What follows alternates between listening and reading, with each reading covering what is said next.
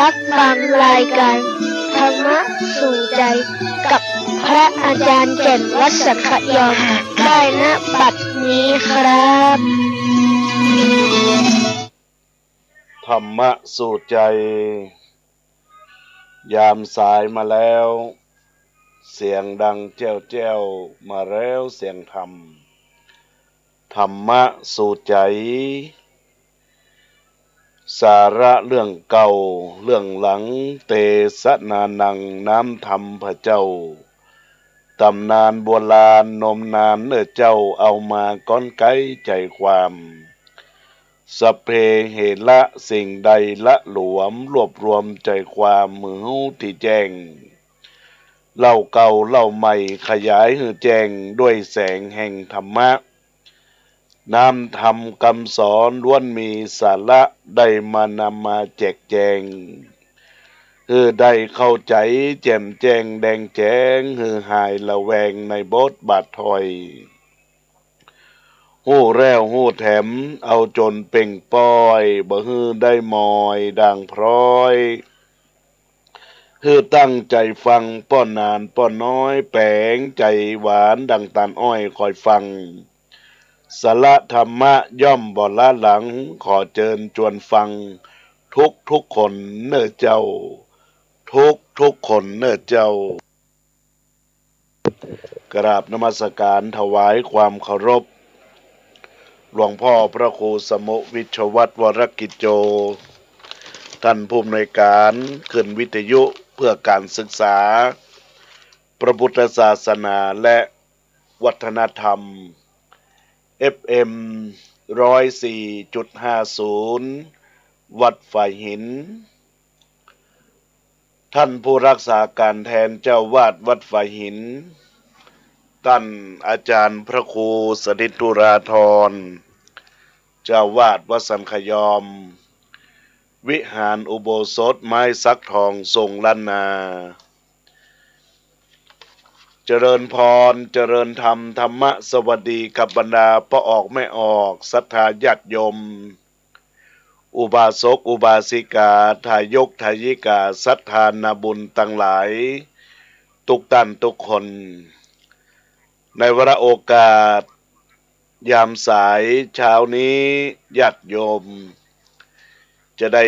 รับฟังรายการธรรมะสู่ใจกับอัตมาภาพพระครูปรัตน์กิติพงศ์กิติโสพโนหรือพระอาจารย์แก่นสำนักวัดสันขยอมวิหารอุโบสถไม้สักทองทรงล้านนาตำบลสันทรายน้อยอำเภอสันทรายจังหวัดเชียงใหม่จักได้นำรายการธรรมะเกร็ดธรรมนำมาบรรณาการญาติโยมสาธุชนได้น้อมรับฟังเพื่อเป็นแนวทางในการดำเนินชีวิตประสิทธิพรให้มีความสุข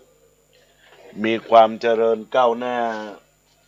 ในอาชีพและการงานของบรรดาญาติโยมสาธุชนท่านทั้งหลายญาติโยมก็คงจะได้เฝ้า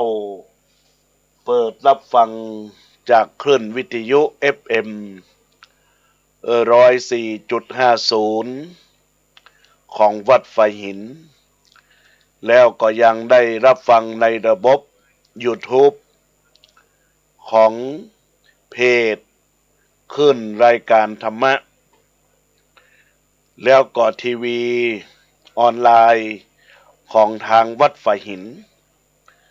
ทั้งนี้ญาติโยมสาธุชนพุทธบริษัททั้งหลายก็ยังได้รับฟังจาก Facebook ของอาตมาภาพ KITTIPONG KITIPASOPANO ก็คือกิตติพงศ์กิตติโสพโนเป็นภาคภาษาอังกฤษญาติโยมและท่านทั้งหลายและในโอกาสกาลบัดนี้นั้นญาติโยมสาธุชนพุทธบริษัททั้งหลายทุกท่านทุกคนในโอกาสได้ รับฟังรายการธรรมะในช่วงเจ้าก็จะมีสาระนำมาอู้จาพบปะกับบรรดาญาติโยมอุบาสกอุบาสิกาโดยทั่วถึงกันเนื่องด้วยปัจจุบันนี้สถานการณ์ในญาติโยมอุบาสกอุบาสิกาเราตั้งหลายก็เป็นที่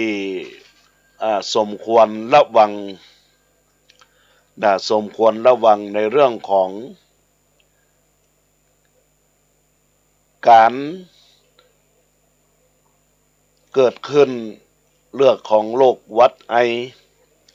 เรื่องของความบ่สบายกายความบ่สบายใจเนื่องจากว่าอากาศก็มีความเปลี่ยนแปลงไปหมดญาติโยม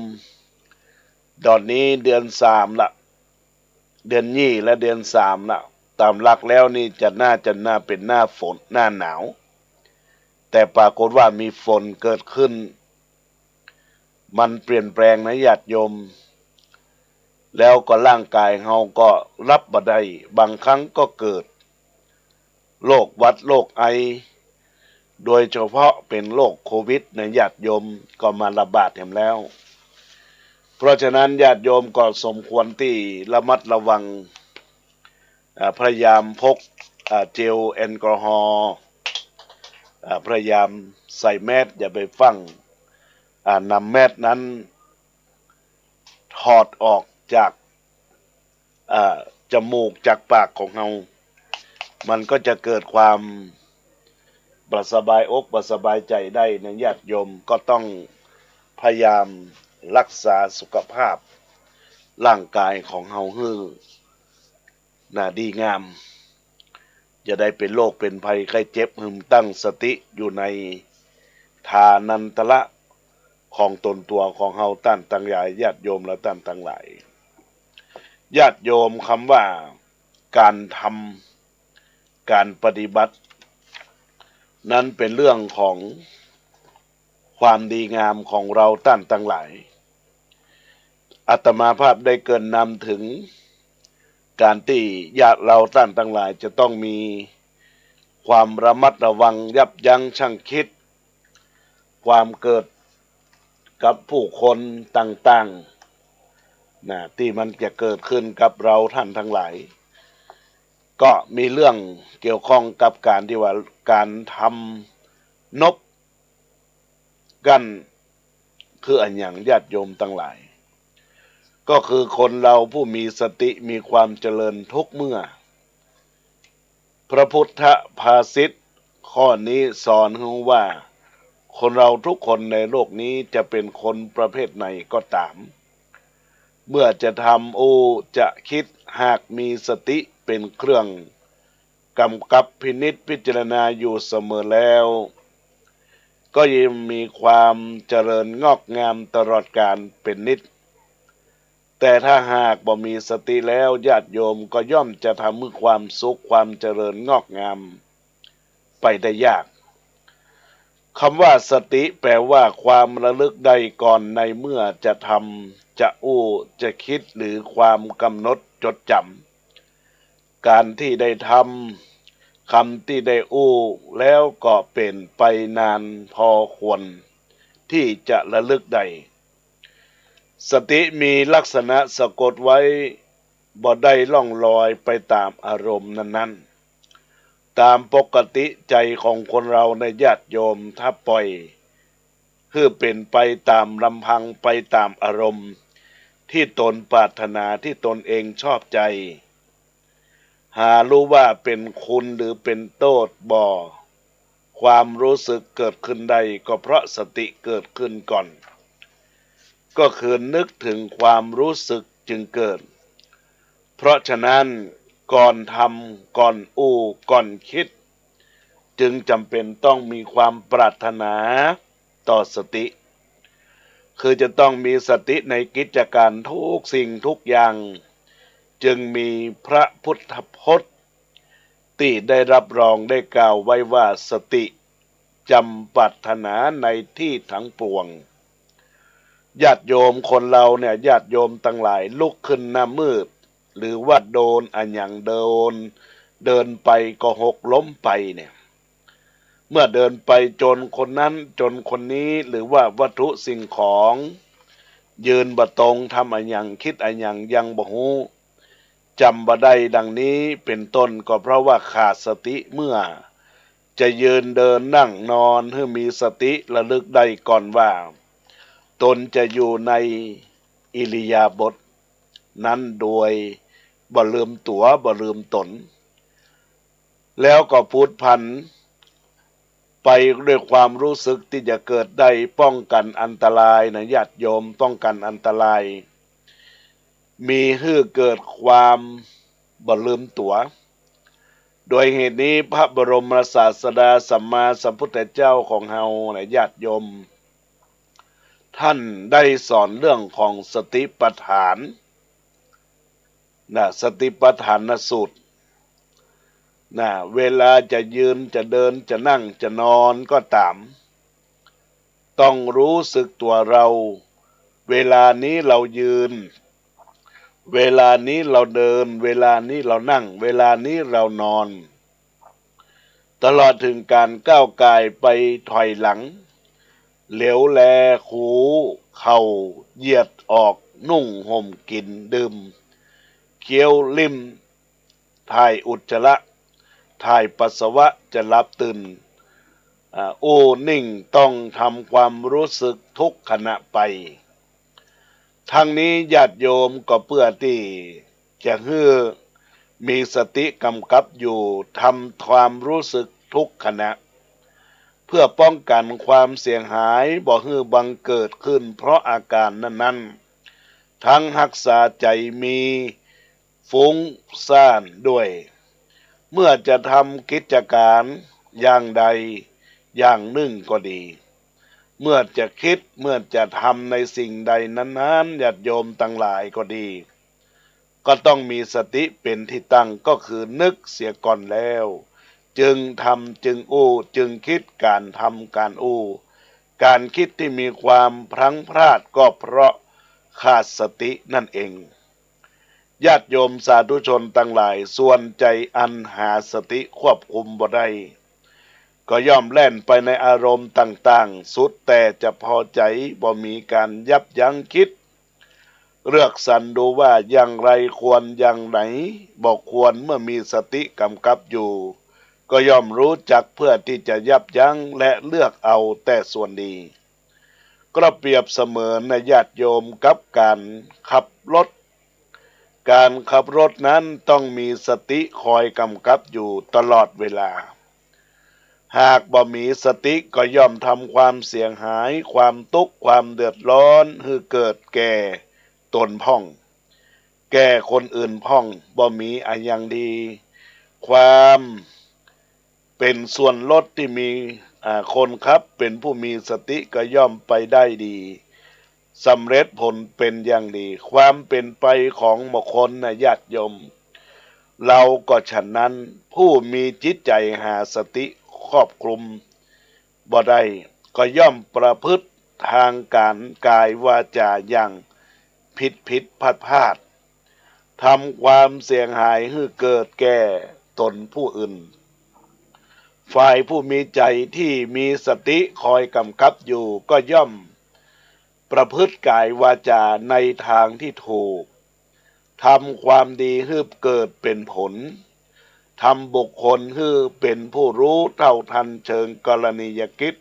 ของโลกและกาลสมัยอันเปรียบแปลงไปเปลี่ยนแปลงไปผู้ที่ขาดสติก็ย่อมปรารถนาจากความรู้สึกบ่เป็นกาลัญญบุคคลบ่สามารถที่จะประกอบกิจการให้ถูกต้องตามเหตุผลและกาลเทศะญาติโยมทั้งหลายเมื่อเราท่านทั้งหลายในญาติโยม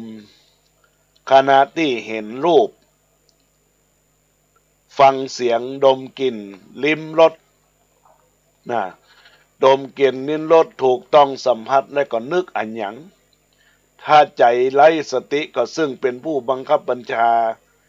หรือผู้กำกับเสียแล้วก็ย่อมมีการดิ้นรนฟุ้งซ่านไปตามอารมณ์นั้นๆด้วยอำนาจแห่งความยินดีในอารมณ์ที่รักใคร่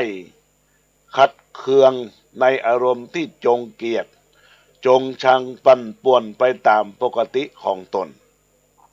ถ้าหากมีสติปกครองกำกับอยู่ก็จะรู้และทันท่วงทีป้องกันความยินดีความยินร้ายบ่ฮื้อเขาครอบอันจะทำให้ใจเดือดร้อนพลุกพล่านการที่จะรักษาตนคือได้ความสุขสดสดีทั้งทางโลกและทางธรรมได้ก็เพราะมีสติในญาติโยมทั้งหลายเป็นตัวสำคัญการพิจารณาความเป็นไปของใจบ่ปล่อยให้คิดไปในทางที่ชั่วชักจูงไปในคิดในทางที่บ่ดีชื่อว่าเป็นผู้มีสติคุ้มครองของตนเองในใจไว้ญาติโยมทั้งหลายเมื่อคนเรามีสติหลักคุ้มครองในกาลทุกเมื่อแล้วก็ย่อมทำให้การดำเนินชีวิตไปตามด้วยดีมีความสุขมีความเจริญและปลอดภัยซึ่งก็เปรียบไปดังพุทธพจน์คำสอนขององค์สมเด็จพระสัมมาสัมพุทธเจ้าพระองค์ทรงกล่าวไว้ว่าสติมัตโตสัทธาพัทธังคนมีสติมีความเจริญก็มีความสุขทุกเมื่อสติมาปัญญาเกิดสติเตลิดก็ย่อมเกิดปัญหาในญาติโยมดังนั้นเราจะต้องมีสติมีความระลึกเป็นธรรมที่คอยอุปการะตัวตนของเราเพื่อมีสติเป็นเครื่องกำกับการดำเนินชีวิตรู้เท่ารู้ทันรู้กันรู้แก้รู้เหตุรู้ผลก็จะเกิดขึ้นแก่ตัวเราในญาติโยมเป็นธรรมะขององค์สมเด็จพระชินวรสัมมาสัมพุทธเจ้าญาติโยมก็ลองพอข่าวฟังข่าวดูข่าวส่วนมากก็มีการถกเถียงตีรันฟันแทงชกชิงวิ่งราวบุคคลเหล่านี้ญาติโยมทั้งหลายก็เพราะว่าขาดสติบ่ได้พัฒนาสติให้สูงขึ้นก็เลยเกิดสิ่งเหล่านี้กับตนตัวของเขาญาติโยมทั้งหลายดังนั้นแล้วทุกอย่างทุกเหตุการณ์ที่เกิดขึ้นในเรื่องของความบดีความเป็นไปแล้วบ่ค่อยสบายอกบ่ค่อยสบายใจเนี่ยเพราะว่ามันเกิดขึ้นกับคนคนนั้นแล้วเราได้ประสบพบเจอสิ่งนั้นก็คือคนที่มันบ่มีสติแต่เราลองดูอีกคราวหนึ่งญาติโยมทั้งหลายคนนั้นช่วยคนสงเคราะห์หยิบยกทรัพย์สมบัติในบ้านในจองไปช่วยไปเหลือบุคคลยากไร้บุคคลเข็นใจช่วยเหลือสังคมชุมชนก็เพราะว่าเขามีสติที่มีความเจริญนะแยกออกให้มันได้นะญาติโยมทั้งหลายแยกออกให้มันได้เมื่อญาติโยมแยกออกมันได้แล้วความสุขที่เกิดขึ้นกับชีวิตของเรามันก็จะเกิดขึ้นเพราะเรามีสติคุ้มครองตัวเราถ้าหากว่าสติเราขาดไปนะญาติโยมตัวตนของเราก็จะมีความวุ่นวายบ่มีความสุขมีแต่จะทุกข์ทรมานทุกข์ทมไปเรื่อยๆอันนี้ก็ต้องขอฝากกับบรรดาญาติโยมอุบาสกอุบาสิกาทุกคนทุกท่านที่ได้น้อมรับฟัง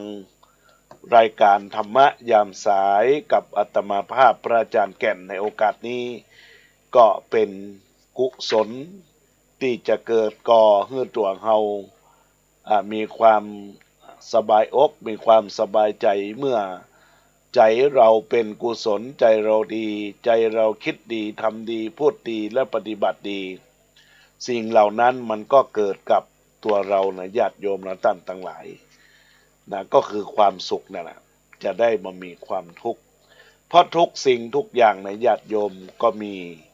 ด้วยกันซึ่งกันและกันถ้าหากว่าเราคิดดีอย่างที่อาตมาภาพได้กล่าวไปในเบื้องต้นนะญาติโยมทั้งหลายนะมันก็คือคิดอย่างใดคิดมากก็จะทำให้เราเหนื่อยคิดเฉยก็ทำให้เราจ้าคิดบ้าก็ทำให้เราบอคิดท้อก็ทำให้เราถอยคิดบ่อยก็ทำให้เราลวนคิดเปรปรวนก็ทำให้เราลังเล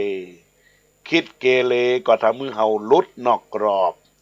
คิดในทางที่ชอบก็ทำให้ตัวเราทำดี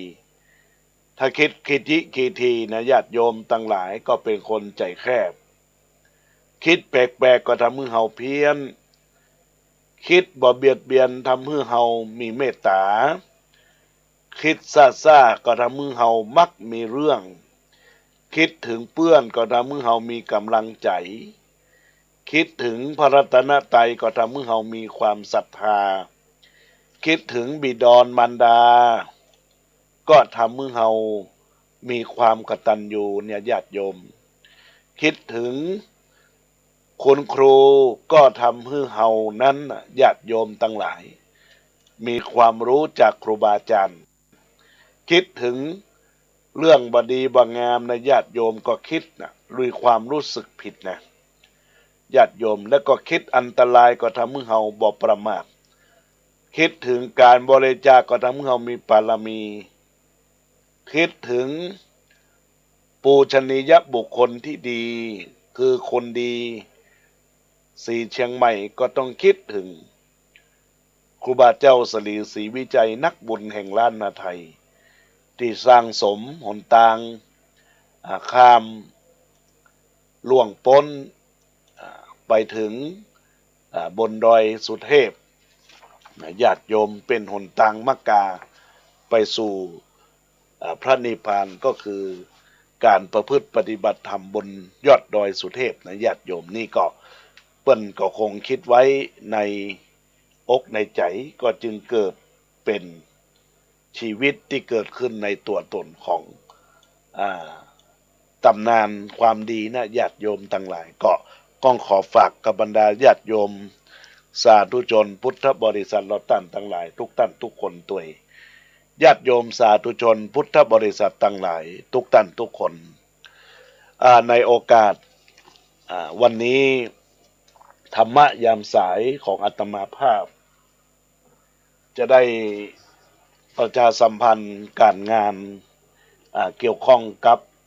วัดวาอารามแห่งวัดสันขยอมตำบลสันทรายน้อยอำเภอสันทรายจังหวัดเชียงใหม่ในสัปดาห์ที่แล้วก็ได้ประกาศไปครั้งหนึ่งญาติโยมสาธุชนก็ติดตามรับฟังในรายการไปเรื่อยๆจนกระทั่งก็ได้บุญกุศลมีเจ้าภาพยังการถวายนะแผ่นทองที่จะได้จารึกไว้ในหลุมมงคลญาติโยมทั้งหลายหลุมมงคลซึ่งจะได้ทำการวางศิลาฤกษ์ในวันที่5เดือนธันวาคมพุทธศักราช2565ในโอกาสที่จะได้มีการสร้างศาลาปฏิบัติธรรมศูนย์พัฒนาคุณธรรมประจำวัดสันขยอมตำบลสันทรายน้อยอำเภอสันทรายจังหวัดเชียงใหม่ซึ่งญาติโยมสาธุชนท่านทั้งหลายเมื่อเราท่านทั้งหลายได้มาร่วมบุญร่วมกุศลในเบื้องต้นเริ่มแรกก็จะทำให้ชีวิตของเรานั้นญาติโยมทั้งหลายเหมือนกับล่มต้นของชีวิตที่ดีงามของชีวิตที่งดงามอย่างในการที่ได้มีการสร้างการแปลงโดยเฉพาะศาลาปฏิบัติธรรมนี้ถือว่าเป็นการให้ปุถุชนอันมีอุบาสกอุบาสิกาได้มาประพฤติวัดปฏิบัติธรรมและญาติโยม ทุกระดับบ่ว่าจะเป็นเยาวชนบ่ว่าจะเป็นกลุ่มวัยรุ่นก็ตามหรือทุกเพศทุกภัยทุกเพศทุกวัยก็สามารถที่จะมาพัฒนาจิตใจมาพัฒนาตนตัวได้ก็จะมีศูนย์ปฏิบัติธรรมและก็พัฒนาคุณธรรมพัฒนาจิตพัฒนาใจคือกับญาติโยมสาธุชนทั้งหลายในการสร้างศาลาปฏิบัติธรรมครั้งนี้นั้นก็ด้วยงบประมาณที่สูงพอสมควรแต่แล้วเมื่อเริ่มต้นที่จะมีการก่อสร้างห้างแปลงก็จะต้องมีการบอกเทพเทวดาพรหมทุกชั้นทุกพรหมเพื่อให้เกิดความสุขความสบายใจกับตนตัวของเราท่านทั้งหลายให้เกิดในญาติโยมเพราะฉะนั้นญาติโยมทั้งหลายอยากจะร่วมบุญกับการวางศิลาฤกษ์ในโอกาสนี้ก็ขอเจริญพรญาติโยมร่วมบุญร่วมกุศลสร้างกุศลผลบุญ ร่วมกัน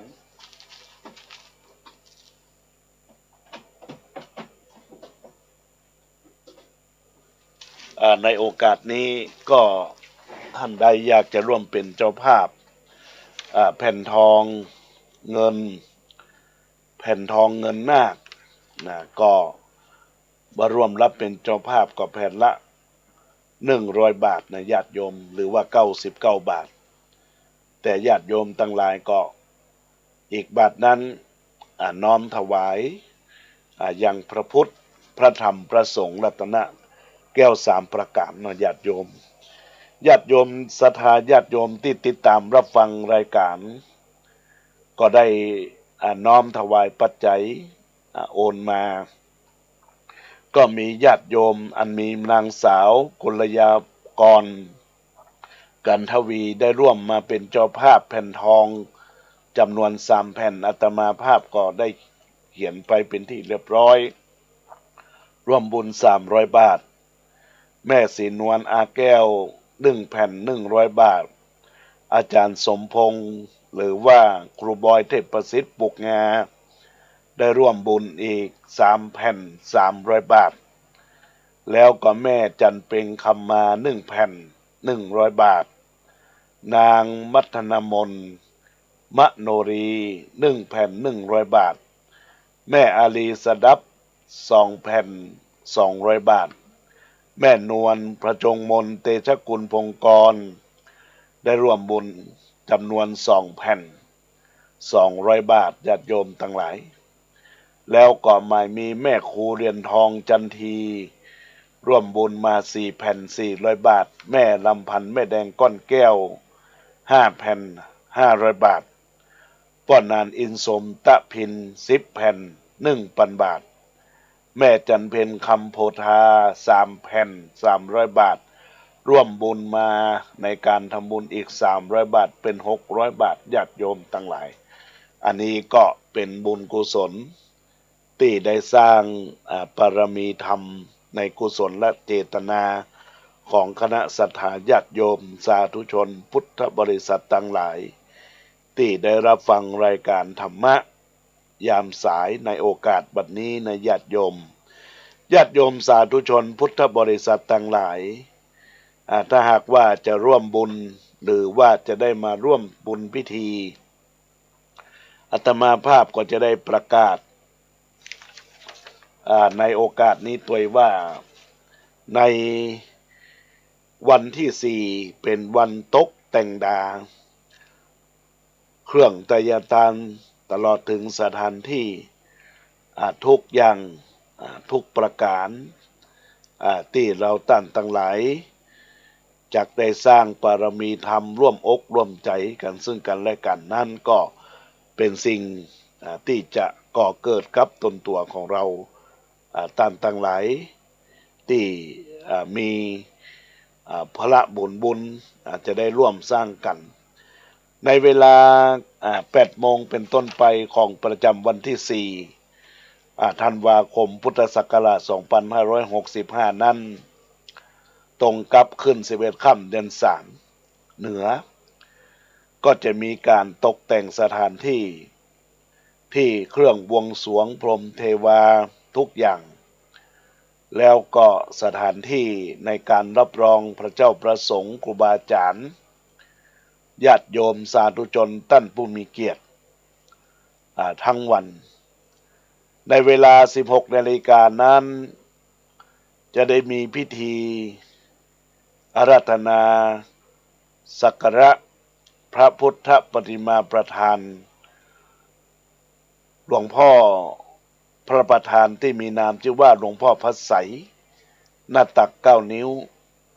โดยการนำของคุณโยมแม่ชีพจนาพรวีวิศรีวรพัฒน์นางสาวสุนทรีวิศรีปัตย์นางสาวยานทัศน์วิศรีปัตย์พร้อมครอบครัววิศรีวรพัฒน์ครอบครัววิศรีปัตย์ในโอกาสนี้จากบ้านสุขสถานตำบลอุโมงค์อำเภอเมืองจังหวัดลำพูนจะได้มาตั้งไว้ที่บริเวณณรพสตบ้าน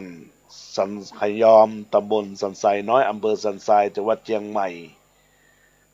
และเวลา 17 นาฬิกาอาราธนานิมนต์พระสงฆ์5 รูปสวดถอนที่ดินในโอกาสวันที่ 4 นี้ก็ถือว่าพิธีสงฆ์พิธีต้อนรับพระพุทธปฏิมาประธานองค์หลวงพ่อพระไสยก็สำเร็จเสร็จสิ้นในเวลา 15 นาฬิกาโดยประมาณหลังจากนั้นเวลาประมาณ 16 นาฬิกาจนทั้งถึงยามค่ำคืนญาติโยมก็จะมาร่วมทำบุญตานต้นเงิน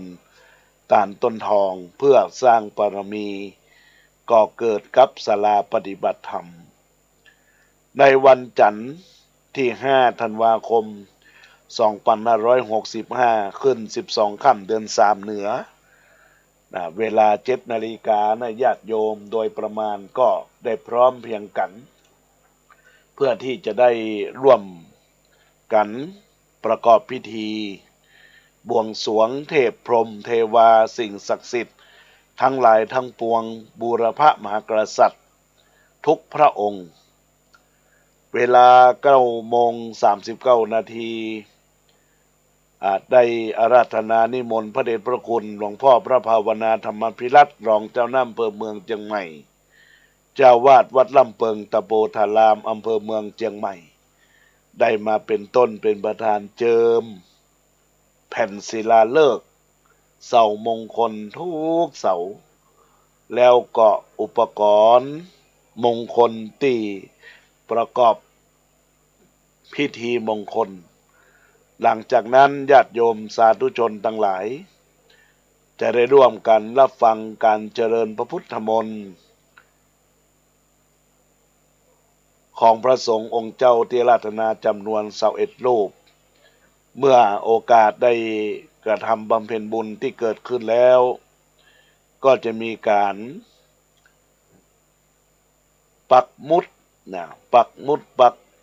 เสาเพื่อที่จะได้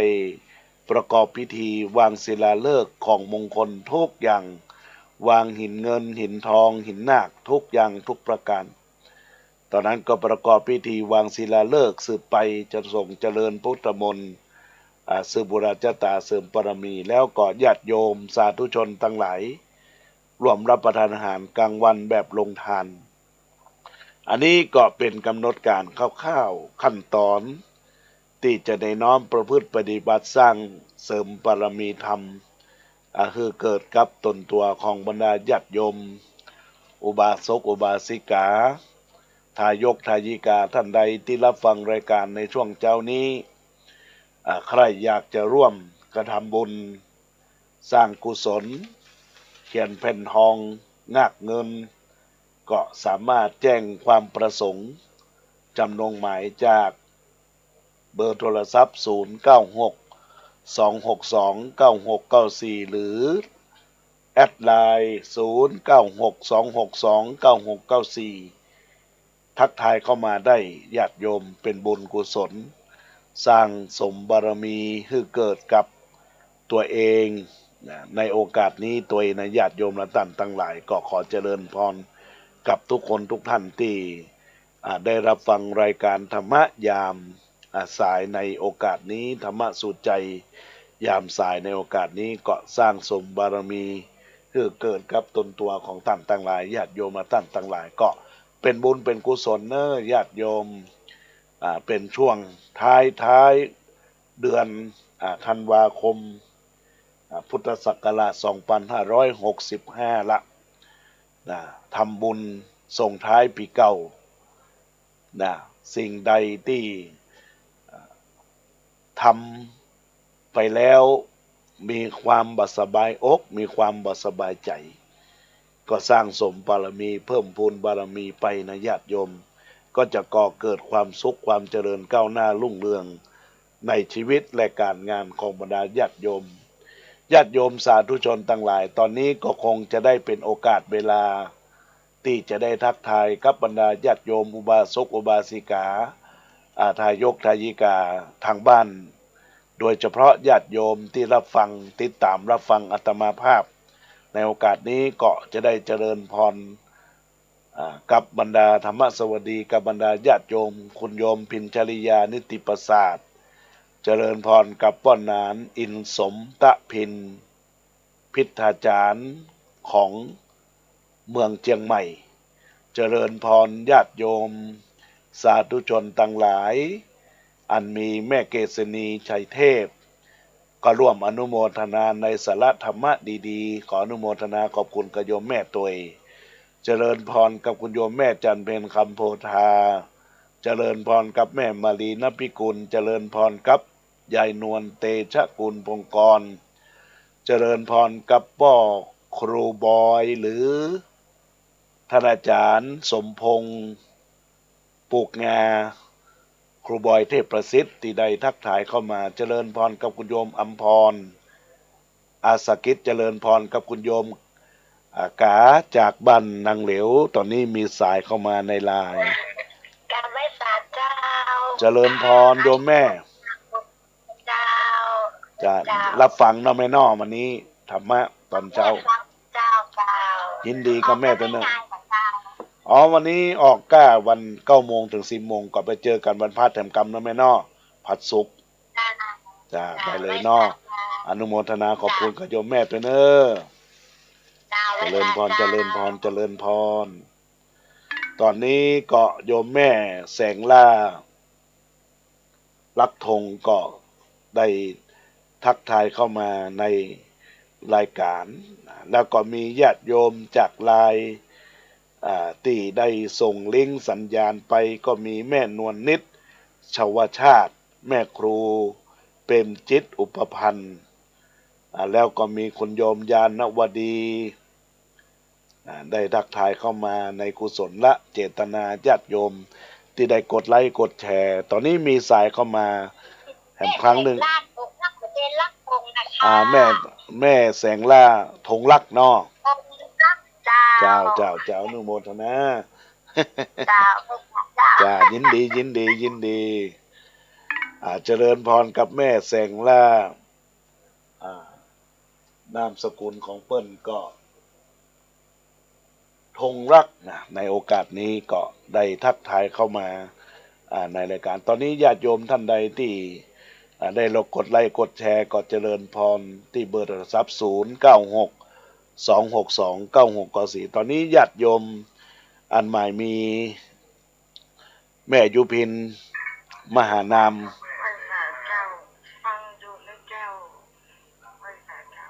เจริญพรกับแม่ยุพิน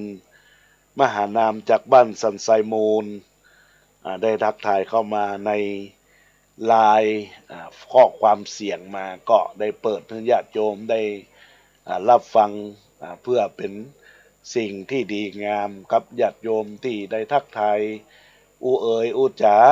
เข้ามาเป็นสายบุญสายกุศลทักทายเข้ามาแล้วก็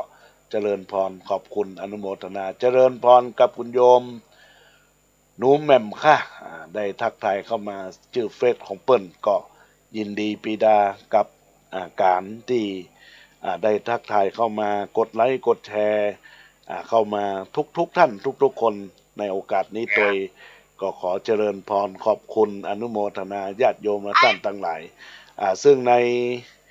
เวลาขณะนี้ก็ยังมีเวลาเหลืออยู่เนื่อญาติโยมทั้งหลายหลังจากที่อาตมาภาพจักได้ออกรายการไปแล้วก็จะได้ไปงานชาปนกิจแต่เปิ่นมาได้ชาปนกิจเป็นงานมอบร่างอาจารย์ใหญ่ที่ศาลาวัดสันขยอมแห่งนี้ก็ญาติโยมทั้งหลายเนอะถ้าหากว่าอาตมาภาพได้ออกรายการก่อนก็จะไปว่ากัน เพราะว่าจะมีงานในเวลา 10 โมงก็จะต้องเตรียมตั๋วขึ้นสู่ศาลาเพื่อได้ประกอบพิธีทางด้านศาสนาในงานมอบร่างทางอาจารย์ใหญ่ในโอกาสนี้ตามเจตนาของทางท่านเจ้าภาพหรือทางผู้วายชนญาติโยมทั้งหลายก็เป็นการที่จะได้ศึกษาเล่าเรียนของคณะนักศึกษาคณะแพทยศาสตร์คณะเทคนิคการแพทย์ก็จะได้ศึกษาเล่าเรียนร่างตีได้มอบจะได้วิจัยค้นคว้าเพื่อเป็นการศึกษาเล่าเรียนเป็นวิทยาทานธรรมทานในร่างกายของปุถุชนก็ถือว่าเป็นสิ่งที่ดีงามญาติโยมและท่านทั้งหลายก็ขออนุโมทนาขอบคุณกับบุญกุศลที่เกิดจากจิตจากใจของมุราศรัทธาญาติโยมสาธุชนพุทธบริษัททั้งหลายในโอกาสนี้ก็ได้รับฟังรายการธรรมะในช่วงเจ้าสำหรับรายการธรรมะยามบ่ายของขึ้นวิทยุ FM 104.50ก็พบเจอกันในวันพฤหัสบดีแล้วก็พบเจอกันในขึ้น96วันพฤหัสเวลา 3 โมงถึง 4 โมงแล้ววันศุกร์96 3 โมงถึง 4 โมงเนื้อญาติโยมทั้งหลายก็ขออนุโมทนาขอบคุณกับกุศลเจตนาของคณะศรัทธาญาติโยมที่ได้ให้หอมห่วมบุญที่ได้ประกาศประชาสัมพันธ์รายชื่อรายนามอาจจะตกจะหล่นไปก็ทักท้วงเข้ามาได้เพราะบางครั้งญาติโยมได้ทักทายในไลน์บางครั้งก็เปิดดูลืมอ่านไปก็บ่ได้ปิกย้อนมาอ่านสักกรรมก็ขออภัยตัวกับบรรดาญาติโยมแต่ถ้าหากว่าจะมาร่วมบุญได้ก็เจริญพรในวันที่4ที่จะได้ประกอบพิธีในช่วงแรงแล้วก็ช่วงเจ้าของวันที่5ญาติโยมก็สามารถมาร่วมบุญร่วมกุศลสร้างบารมีธรรมสร้างบารมีบุญที่เกิดจากจิตจากใจของบุรุษศรัทธาญาติโยมในโอกาสนี้ก็เป็นบุญเป็นกุศลกับทุกคนทุกท่านที่ได้รับฟังรายการธรรมะก็ฝากรายการธรรมะกับบรรดาญาติโยมสาธุชนพุทธบริษัททั้งหลายทุกท่านทุกคนที่น้อมรับฟังนั้นเป็นสิ่งที่อยากจะให้ญาติโยมเป็นแนวทางในการดำเนินชีวิตพิจารณากลไกในสักธรรมที่จะก่อเกิดกับชีวิตของเฮาให้มีความสุขมีความเจริญก้าวหน้าในด้านอาชีพการงานทุกสิ่งทุกอย่างเหมือนคำกรอนที่กล่าวว่าถ้าชาวพุทธเปรียมศรัทธามาสร้างศาสตร์พร้อมเพิ่มชาติจันลงทำนำวิถีสละทรัพย์ภายนอกที่ตนมีสร้างแต่ดีหนีอบายให้บุญทานไม่กอบกวยฉวยโอกาสขาดสติด้วยดำริแต่ทางชอบกอบสุขสารทรัพย์ภายนอกมีไว้ไม่ได้นานก็ถึงการเวลามาพรากไปเสียสละให้เขาช่วงเบาแท้คิดเพื่อแผ่กุศลผลยิ่งใหญ่คิดตวงตักหนักกิเลสเป็นเพศภัยก็เอาไปได้แค่แต่ชั่วดีนะญาติโยมเพราะฉะนั้นเฮาจงสร้างบารมีของตัวเราให้เกิดความสุขเกิดความเจริญให้ดีงามงดงามนะญาติโยมบ่มี สิ่งใดที่จะมาเปรียบได้เหมือนกับหลักคำสอนศีลสมาธิปัญญาในญาติโยมและท่านทั้งหลายก็ขอฝากกับบรรดาญาติโยมสาธุชนพุทธบริษัททั้งหลายว่าเราท่านทั้งหลายเมื่อได้มีทางส่องทางแห่งปัญญาในการดำเนินชีวิตแห่งชีวิตแล้วก็ขอให้เราตั้งมโนมในไฟอ้างอย่าได้คองค้างสร้างปารมีกินก็มีกินพอเพียงมีตานเฮาก็ตานมอกปอให้พอดีตามวักมาหาได้ของชีวิตของคนเฮาญาติโยมทั้งหลายเปิ้นบอกว่าคนใหญ่แล้วบ่ต้องไปสอนจริงหิดแมงจรไข่สอนมันเต้นจะไปไล่หมาฮื้อจนตอกจะไปไล่คนฮื้อจนมุมจะไปอวดเก่งเมื่อเปิ้นพลาดจะไปอวดฉลาดเมื่อเปิ้นล้มในญาติโยมทั้งหลายนี่ก็ขอฝากรายการธรรมะสู่ใจให้กับบรรดาญาติโยมตอนนี้ก็ขออำนาจแห่งคุณพระศรีรัตนตรัยอันมีคุณพระพุทธอันมีคุณพระธรรมจงปกปักคุ้มครองรักษาบรรดาศรัทธาญาติโยมสาธุชนมีความสุขกายมีความสบายใจปรารถนาสิ่งใดก็ขอให้สมมโนดังไฟหมายให้ทุกท่านมีอายุวันนะสุขะพระธนสารสมบัติทุกท่านทุกคนด้วยเทินขอเจริญพร